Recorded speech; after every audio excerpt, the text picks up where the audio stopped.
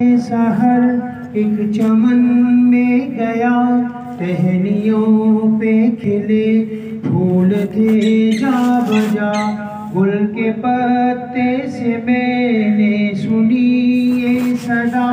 پڑھ رہے تھے وہ شبنم سے کر کے وضو، اللہ اللہ اللہ